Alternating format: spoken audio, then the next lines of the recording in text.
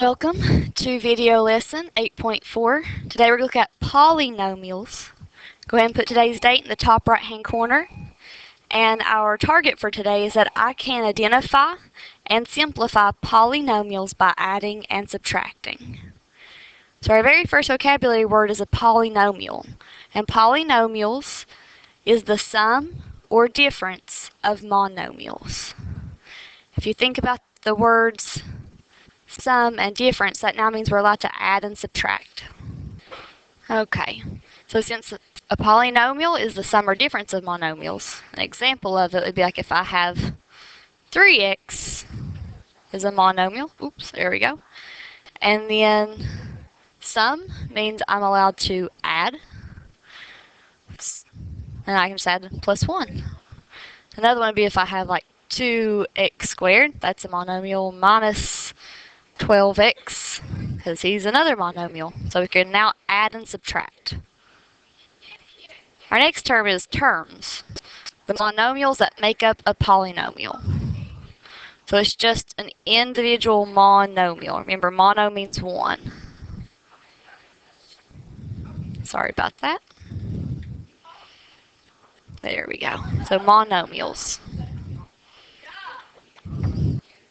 Then our next vocabulary word is like terms.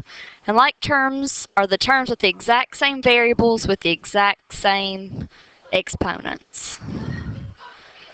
So an example of this would be if I have a 3x and a 2x. They would be like terms because they both have x's.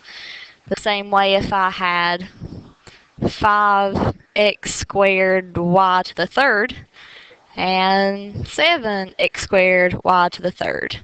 Because they have the exact same variables, they both have x's with the exact same power, so 2 and 2. They both have y's, and they both have y's to the third. So those are like terms. Our next vocab is binomial, and binomials have two unlike terms.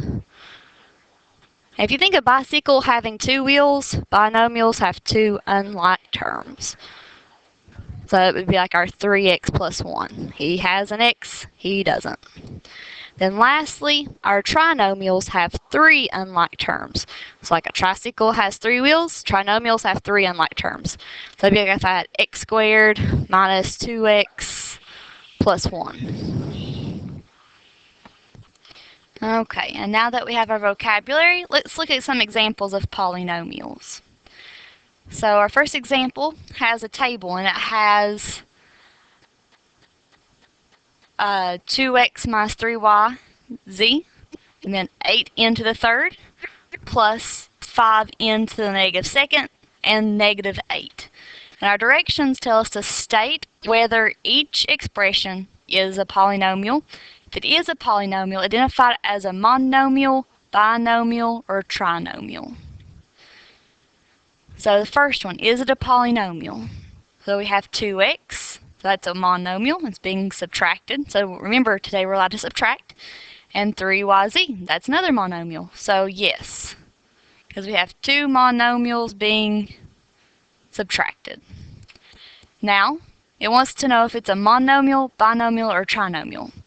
So remember, we said monomial 1, binomials like a bicycle. Bicycles have two wheels, binomials have two terms.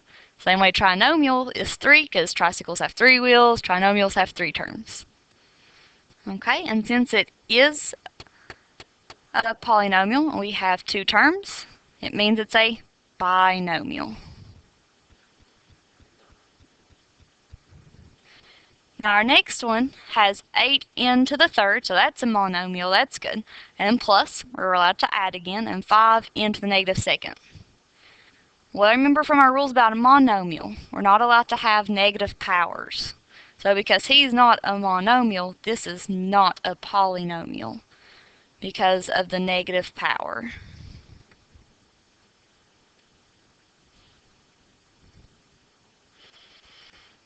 And because it's not, we just leave this blank over here. And the very last one, negative 8. Negative 8 is just a number. A number is a monomial.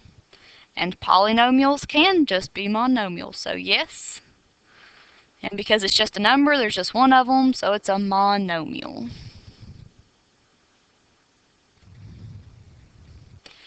Now, polynomials also have what are called degrees. And the degree of a polynomial is the monomial with the largest sum of exponents. So we're going to take it one at a time. Remember we said mono meant one, so monomial, we're going to take it one term at a time, one monomial. We're given another table, and it says polynomial, and then terms, highest degree, and degree of monomial. So, a degree, remember, is the sum. So sum means we're going to add their exponents. So technically I have just a coefficient, and I have an m to the first and an n squared. So I add my exponents, 1 plus 2. And that gives us 3. And I accidentally skipped the part where it said terms. Terms is just 1 because we just have one monomial. And then the degree of the polynomial would just be 3. That's our only degree we have. That's our only power. So our next one's negative 4x squared y squared plus 3x squared plus 5. It has 1, 2, 3 terms. And then for our degrees, we add up each individual monomial's powers. So that's 2 plus 2 gives us 4. This one has just a 2. And lastly, 5 doesn't have an exponent. So we just want to pick the highest one. So the largest degree here is 4. And our last one, we're given 3a plus 7ab minus 2a squared b plus 16. So that's 1, 2, 3, 4 terms. Now for the degree, this one's just a 1 because it just has that one exponent. A and b, so it's 1 and 1. Add to 2. Then our next term has a 2 and the b has a 1, so 2 plus 1 is 3, and 16 doesn't have any powers. So once again we want to pick the highest one, so that's going to be a 3. Also, for polynomials, we like to write them in descending order. So descending orders are when variables are arranged in alphabetical order with the highest powers first. Now, the coefficients don't matter as far as descending order goes, just the variable and the highest powers. So our example for this one, and this is our first example, so example 1. We're given 7x squared plus 2x to the 4th minus 11. And we're asked to arrange the terms of each polynomial so that the powers of x are in descending order. So we want to look at we only have one variable, we just have x's. And then we want to arrange them with the highest powers first. So 2x to the 4th is my highest power, x to the 4th, so he comes first. And then my next one is 7x squared, and he's positive, so a plus 7x squared. Now I drop down my minus 11 because he doesn't have a variable, so he comes last.